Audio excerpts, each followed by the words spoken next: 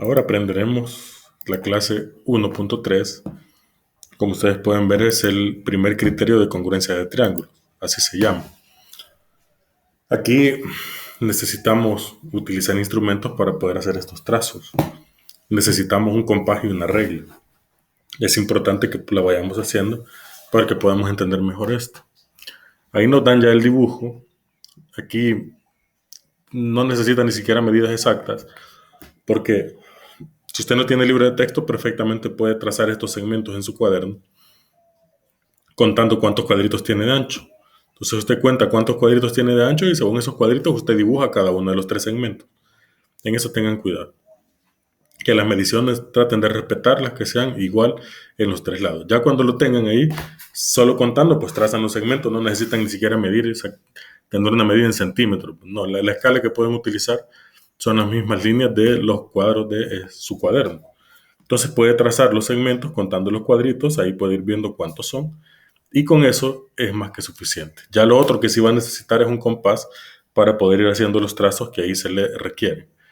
¿Qué tendríamos que hacer? Bueno, hay que seguir las indicaciones. Como pide construir un triángulo utilizando los tres segmentos, bueno, lo primero que vamos a hacer, vamos a construir un segmento del lado BC, es decir, vamos a dibujar el segmento BC. Eso es lo primero que tendríamos que hacer.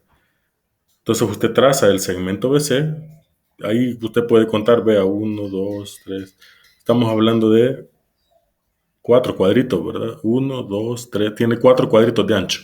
Entonces usted pone los puntos y traza el segmento BC. Si no necesita una medida exacta para poderlo desarrollar. Ahora, ya que tenga el segmento BC, vamos a hacer lo siguiente.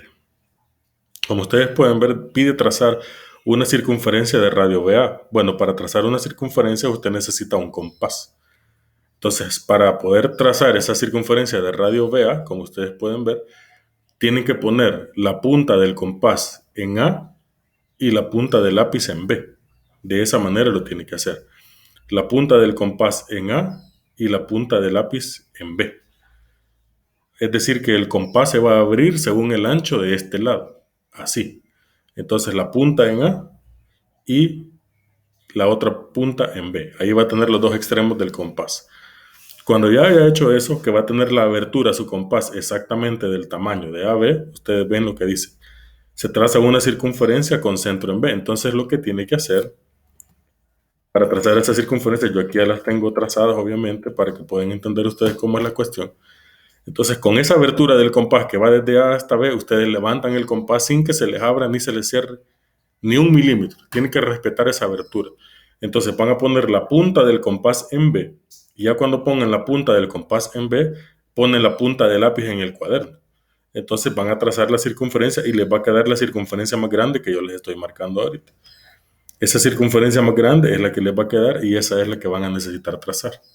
La circunferencia más grande. Entonces, repito, con la abertura que ya traían, ponen la punta del compás en B y la punta del lápiz sobre el cuaderno y trazan la circunferencia y les va a quedar esta grande. Luego vamos a hacer algo similar. Solamente que ahora necesitaríamos otra que tenga radio CA. Entonces ya hemos trazado la circunferencia grande, entonces ahora usted vuelve a agarrar el compás, pero la abertura que va a usar es CA. Es decir, va a poner la punta, una punta del compás en A y la otra punta en C. Es decir, la punta del lápiz y la punta del compás en los dos extremos. Entonces, esta abertura es la que vamos a necesitar. El compás deberá tener la abertura de CA. Eso necesitamos. Entonces, cuando ya tengamos la abertura de CA, lo que tiene que hacer es trazar otra circunferencia. Pero aquí dice con centro en C. Es decir, que la punta del compás la va a poner en C. Todo esto, si usted no lo va haciendo, no lo va a entender. Es necesario que usted vaya a la par mía haciendo los trazos. De otra manera no se entiende. Viendo videos no vamos a aprender. Es necesario que vayamos haciendo las cosas. Entonces pone la punta del compás en C y la punta del lápiz sobre el cuaderno, respetando la misma abertura. Entonces, cuando usted haga eso, el centro va a ser C y la punta del lápiz sobre el cuaderno y traza. Le va a quedar la circunferencia más grande. Bueno, ahí está. Ahí le queda la circunferencia más grande. Entonces usted puede notar que las circunferencias se han cruzado en dos puntos, que sería este y este punto de aquí abajo. Entonces las circunferencias se han cruzado en esos dos puntos. Vean, son circunferencias secantes, así se llaman, ¿va? Porque se cruzan en dos puntos. Entonces puede ver que se intersectaron en este punto y se intersectaron en este otro punto de aquí abajo.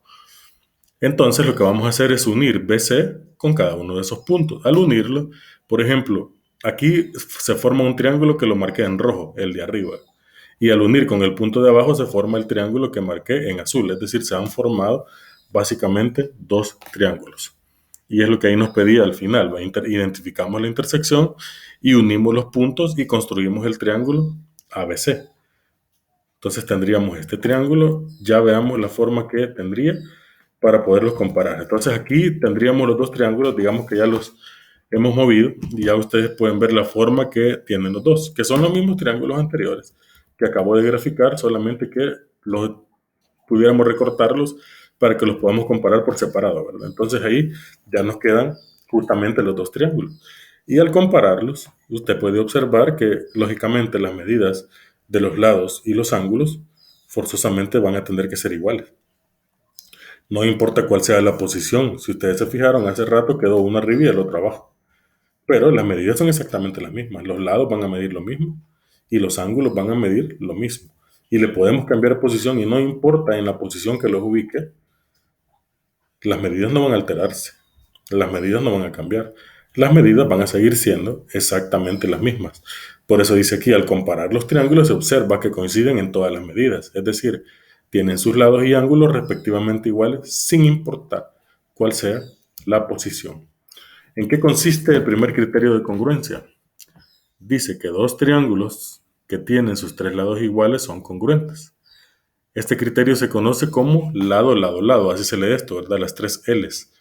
Es decir, para que dos triángulos sean congruentes es suficiente con ver que los tres lados sean iguales. Si nosotros podemos garantizar que los tres lados son iguales, entonces esos triángulos son congruentes. Por eso ustedes pueden ver que dice aquí que el triángulo ABC es congruente con el triángulo A', B', C'. ¿Qué tenemos que hacer en los ejercicios? Ahí simplemente dice, mire, identifique los pares de triángulos que son congruentes. Aquí hay una serie de triángulos.